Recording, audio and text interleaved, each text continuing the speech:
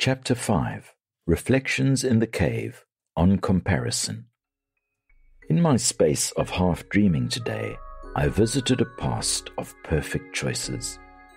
In that dreaming, Alice and I and our daughter were living the beautiful life. My parents had reconciled with us. Our careers were flourishing. Everywhere I turned there was peace and hope, but the bitter cold shivered me out of my fevered longings, and my heart pained with the dark ravishing of regrets. I think of all the things that could have been, different choices that could have led to different futures, and not the one I have landed myself in. And it had become a morning of what-ifs. I randomly pull out a cassette from Krishna's collection, load it into the cassette player, and press the worn-out play button. Krishna's voice is gentle and unhurried. How fleeting we are, how little we own, yet how much sorrow we carry. How often we forget to simply be and let life be. How much drama we concoct in our own tiny minds.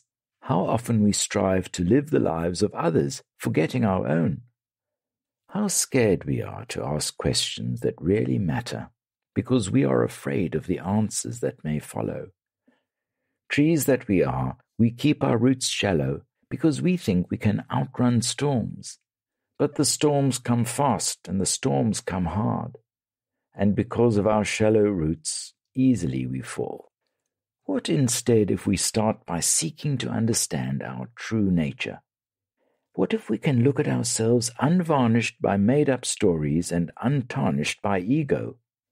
What if we can stop becoming distracted by all the shiny baubles that others carry? What if we can end the relentless chasing and untangle ourselves from illusions? What if we learn not to place our self-worth upon the shortcomings of others? What if we open ourselves to the truth and allow the universe to take us on a ride and learn to sit back and enjoy the blossoming of life minute by minute, without agenda, without fear? What if we can remember to gaze at life with wonderment and the knowing that we will not pass this way again? How little we need if we live only in this moment. If we take away comparison, if we take away fear of the future, if we take away greed, we realize we can live on very little.